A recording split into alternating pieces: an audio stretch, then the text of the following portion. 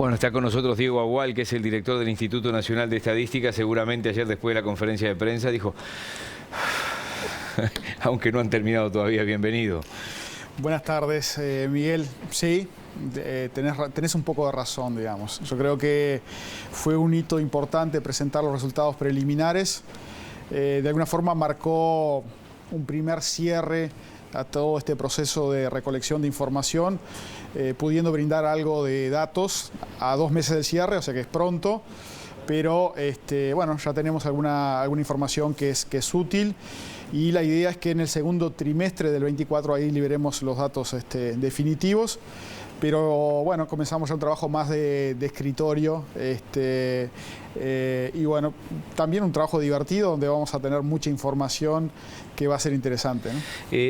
Esta caída no, porque hay un 1% Sí, más, aumento, ¿no? Pero sí. este estancamiento no estaba previsto para estos años todavía, ¿o sí? Bueno, en el año... se está acelerando el proceso de transición demográfica, digamos, y de enlentecimiento del proceso de crecimiento. O sea, claramente estamos por debajo de lo que estaba previsto que el Uruguay creciera. Y además estamos llegando a un punto en el que estamos experimentando una tasa de crecimiento natural negativa, es decir, mayores defunciones que nacimiento. Ayer veíamos que en el 2022 tuvimos 39.000 defunciones y 33.000 nacimientos. O sea que si no tenemos inmigración, la población va a comenzar a caer. Así que yo creo que son noticias... ¿Todo el tema de la pandemia tuvo algo que ver? Por supuesto, digamos, en esta nivel de defunciones hay un efecto de pandemia, pero los nacimientos, de todas formas, comparado con un nivel normal de defunciones, está por debajo de ese nivel normal. Así que, de todas formas, aún corregido por ese efecto pandemia, ya estamos con nacimientos por debajo de los niveles normales de defunciones y, por tanto, con tasa de crecimiento negativa en este momento. Así que la población, de no mediar un mantenimiento de corrientes inmigratorias, va a comenzar a decrecer. Te voy a tirar dos temas que tienen escaso rigor técnico y científico. Hoy lo hablábamos en la radio con Carolina Ramos, que vos conocés, que es una de nuestras co-conductoras. Además los miro siempre por el Canal 10. Ahí está. Los miro, sí. Bueno, y ahí creo que era ahí que hablábamos, yo decía, todos sus compañeros de generación, 20 y pico, 30 y poco, cuando se juntan en su casa o con la casa de la productora, ninguno tiene hijos. Y no era una crítica, es simplemente una observación. Mi generación, cuando teníamos 30 años, teníamos 1 o 2 hijos. Creo que nos apuramos demasiado y creo que lo de ellos es lo correcto. No, sí. Pero esto es todo... Pero es un hecho, ¿Eso puede tener algo que ver? Digo, hay un elemento ahí no técnico seguramente, que tira luz ahí, que tú lo escuchabas, no sé si eso se maneja o no se maneja. Te tiro los dos elementos para tratar de entender el porqué de este enlentecimiento, casi estancamiento del crecimiento de la población. Sí, tenemos una población que podemos decir básicamente estancada, y como decía hoy, en un periodo que va a comenzar a decrecer de no mediar corrientes migratorias que se sostengan. ¿Y por qué pasa eso? Bueno, ¿Por qué el estancamiento? Básicamente lo que tiene que ver es la caída muy importante de la natalidad. Ese es el factor fundamental. La salida de la mujer a trabajar, seguramente. Correcto, la caída del embarazo adolescente, que es un factor, por supuesto, eso es un buen dato. Positivo, pero la contracara de esto es un menor número de nacimientos, y este factor digamos, un menor embarazo adolescente es un fenómeno que no es solo el Uruguay, en la región eso está ocurriendo. Y bueno, en definitiva, ese es el factor fundamental que está explicando este elemento. La decisión de no tener hijos. De postergar la decisión de tener hijos, digamos, es normal en países que estén avanzados en el nivel de desarrollo, y Uruguay está bastante avanzado en el nivel de desarrollo y tiene el comportamiento que tienen los países más desarrollados. Así que, no proviene del efecto de funciones, porque en realidad las proyecciones que hizo el INE hace ya 10 años atrás le pegaron muy bien al número de funciones, excepto en la pandemia. O sea que no viene por ahí la explicación. La explicación viene, si uno ve la gráfica, una caída brutal en el número de nacimientos. Ese es el factor explicativo.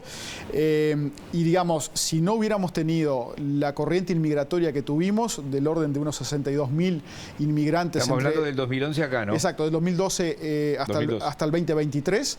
Ayer hubiéramos dado un número de caída de población. Es decir, es el factor que contrarrestó ese elemento de caída importante en la natalidad, ¿no? ¿Cómo valorás la experiencia del censo online y toda esa innovación tecnológica? Bueno, fue muy importante, alcanzamos a 6 de cada 10 hogares que se censaron, lo hicieron de forma web. Eso marcó un récord en América Latina y el Caribe en términos de respuesta. Algunos países que todavía quedan por censar han mirado de forma muy cercana a esa experiencia, así que ha sido muy positiva. Y yo creo que se va a incrementar el uso del autocensado web en otros censos de la región, sin duda. ¿Y acá para ir rumbo a un 100% digital con los años? Sí, e incluso algo que yo no mencioné el día de ayer, pero nosotros también tenemos un conteo de población basado en registros administrativos. ¿Cómo es eso? Básicamente nosotros dejamos datos, cada uno de nosotros, en diversos organismos públicos, y por tanto uno puede identificar a partir de esos rastros quiénes somos los uruguayos. De hecho, el conteo de población a través de registros administrativos nos da una cifra muy similar a estos 3.444.000 que contamos con el censo, y es un ejercicio que podemos hacer todos los años, así que probablemente podamos tener datos a partir de registros administrativos con una frecuencia mucho más alta de lo que teníamos con los censos tradicionales. Y creo que ese es el futuro de los censos. Diego, te hago una pregunta, un paréntesis en esto. En Argentina alguna vez se dijo que hay 200.000 uruguayos oficiales en los censos de allá. Hay incluso debe haber unos cuantas decenas de miles que ni siquiera pisaron nunca y son uruguayos, que nunca pisaron porque son hijos de madre y padre uruguayo, por ejemplo. Sí. ¿Hay alguna idea del Departamento 20 oficialmente o bueno, cómo es eso? Hay que recordar que los censos básicamente lo que hacen es censar la población residente en el país. No, eso está claro, pero eso... Claro, no. Por eso te decía que hay un paréntesis. No, por supuesto. Nosotros no tenemos estimaciones, y aprovecho a decir que es de los datos más inciertos el estimar la población uruguaya que ha emigrado hacia el exterior. Oh, porque a los inmigrantes uno encuentra rastros en diversos lugares en el país, y si uno va a la casa de ellos los encuentra y por tanto los censa. Ahora, saber con certeza cuántos uruguayos se fueron es un dato que es muy difícil estimar, porque básicamente uno puede tener alguna idea a partir de los censos que se realizan en otros países. Por ejemplo, el censo en España o el censo en Argentina, pero siempre son conteos parciales y no exactos. Así que es la cifra más incierta que uno tiene, ¿no? Bien, vamos a algunos datos particulares que se preguntaban. Yo bromeo, y me deben odiar los técnicos que hicieron, cuando hay algún dato que no está claro y digo yo hay 500.000 uruguayos en el exterior y me preguntan de dónde los sacás, yo digo el que contó los perros.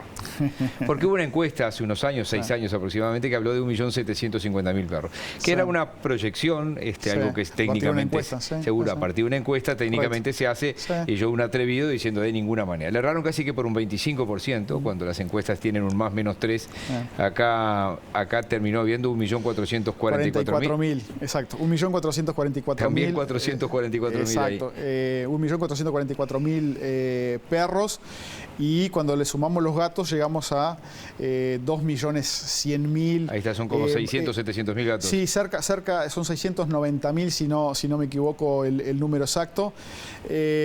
Así que, y además 2 de cada 3 hogares tienen al menos un perro o un gato.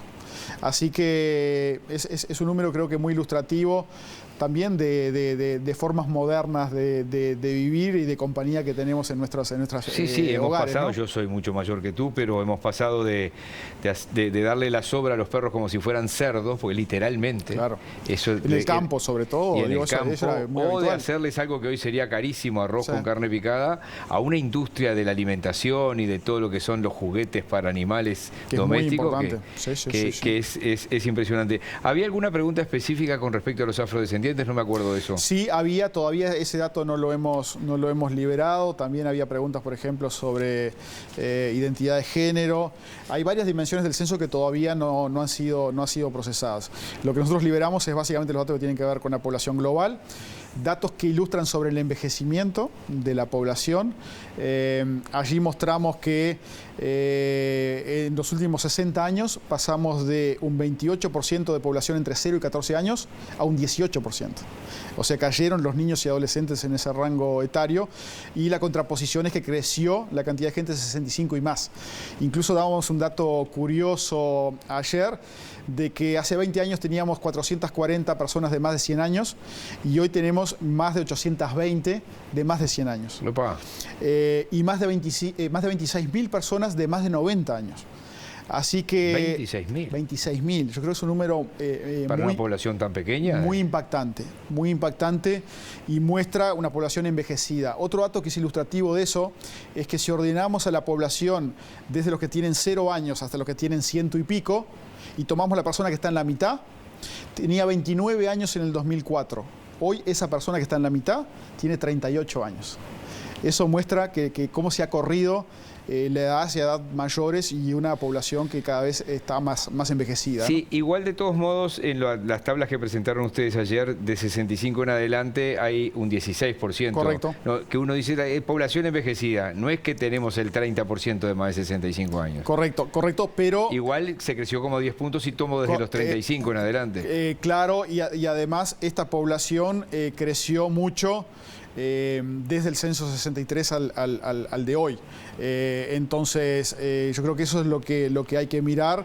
Y bueno, y es un desafío hacia adelante, ¿no? Yo creo que tenemos básicamente una población estancada, una población envejecida, una población cada vez más urbana, porque es un dato que podemos mencionar. También cayó la cantidad de población en el medio rural. Pasó de 5% a 4%, lo que significa unos 140.000 personas. O sea que es una población cada vez más urbana. Y un dato adicional que es una población que cada vez vive más en el sur. No mencionamos todavía los datos precisos de la población departamental, pero sí mencionamos que los departamentos que más crecieron fueron Maldonado, Canelones, San José y Colonia. Así que es una población que cada vez está más... sí, más en el sur. Sí. Más en el sur. Ha sido un país cáscara históricamente. Sí. Pero se da. Hoy hablábamos ya que estábamos mencionando la radio con Nicolás Lucici, especulábamos que la ley de 8 horas en el campo hace que haya decenas o cientos de tambos, cientos, tal vez miles, donde la gente cumple 8 horas pero no vive ahí, ya se va, de repente, yo que estoy acordando, yo que sé, el pueblo Gallinal, el Cerro Colorado se llamaba antes, sí, que la gente ahí toda trabaja en el campo, va y trabaja y viene, es decir, no vive en el campo pero trabaja en el campo. Digo. Es una muy buena observación, porque además... Se me va a agrandar, Nico, ¿no? No, es una muy buena observación porque además la definición de urbanidad, digamos, que utiliza el INE es si hay un amanzanamiento y hay al menos 10 casas. O sea, que por tanto los centros MEVIR, que tienen 20, 30 casas, para nosotros es un pequeño poblado y muchas veces la gente que reside allí trabaja en el campo. Tiene una moto, además que es... cada vez es más barato el medio de transporte. Es así, tiene una moto, es común denominador. Es común denominador. Entonces, efectivamente, yo creo que allí, si bien tenemos un desplazamiento de la gente que vive específicamente en las áreas rurales, como la interpreta el INE, hay un movimiento a veces a poblados que son pequeños y están ubicados en un entorno rural, pero no son específicamente rurales. Sí, a olfato puro también. Me dio la sensación de que esto fue tuvo más celeridad y fue mucho más rápido que aquella vez que Brasil nos prestó unos aparatitos. ¿Cómo es eso? Bueno, a ver, sí, en términos de la liberación de los datos, desde que comenzó el censo hasta que liberamos los datos fue un proceso muy rápido. Estamos apenas, además, a 2 meses de que cerramos el campo, así que sí, ha sido un proceso muy rápido. Pero bueno, acá en definitiva lo importante es tener finalmente al final del día información que sea buena, de calidad, y eso es lo que tenemos, y vamos a liberar datos más desagregados de aquí a unos 4 o 5 meses en el segundo trimestre del 23. Esto no es una pregunta porque me vas a decir que sí, seguramente, pero uno ve de afuera también un activo en todos los técnicos que trabajan en el INE, ¿no? Muy importante. Ayer, cuando presentamos los datos y vimos un par de videos que mostraba el trabajo que se habían hecho, en el escenario éramos unas 80 o 100 personas que habían subido y eran parte del equipo que había trabajado en esto. O sea que esto se hizo con un equipo muy competente y diría con un director y subdirectora de censo extremadamente competentes y con una capacidad de liderazgo y de gestión muy importante. Si no, el censo hubiera sido otro.